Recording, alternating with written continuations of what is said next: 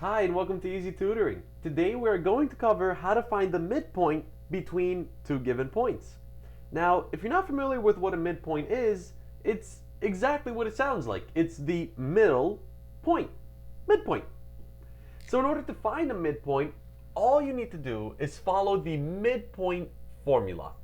And the midpoint formula is in the form of coordinates for an x coordinate and a y coordinate, where your x coordinate is simply x1 plus x2 divided by 2 and y1 plus y2 divided by 2.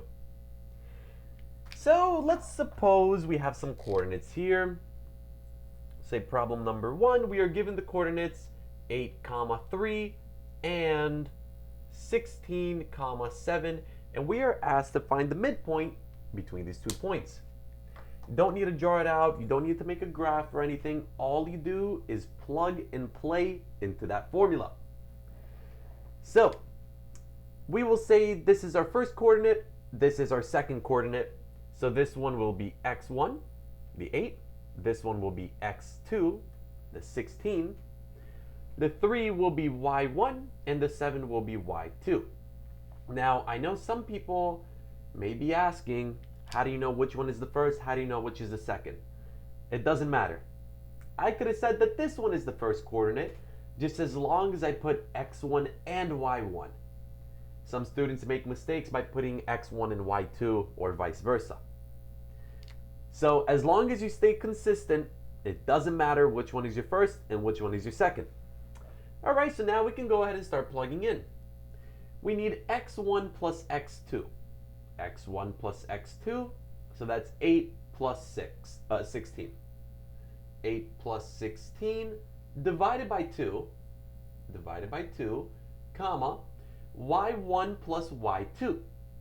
y1 plus y2, 3 plus 7, divided by 2. And that will be our midpoint.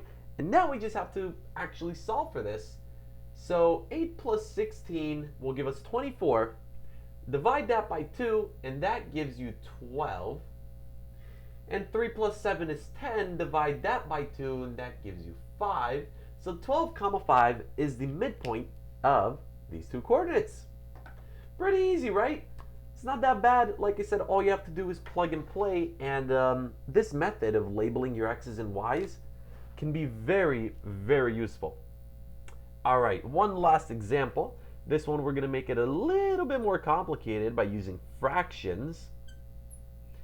So we have that and 1/3, 1/4. So let's first start off by labeling our coordinates. So we have x1, x2, y1, and y2. So now we can go ahead and start finding m, the midpoint.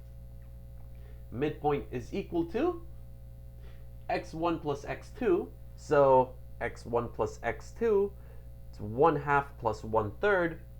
Now, I'm sure who's ever watching this video is in Algebra 2, so I'm not going to spend too much time on adding fractions together. I will assume you know how to add fractions.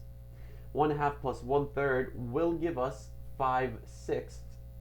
And then we have to divide all of that by 2. All right, comma, y1 plus y2, y1 plus y2, negative 2/3 plus 1/4.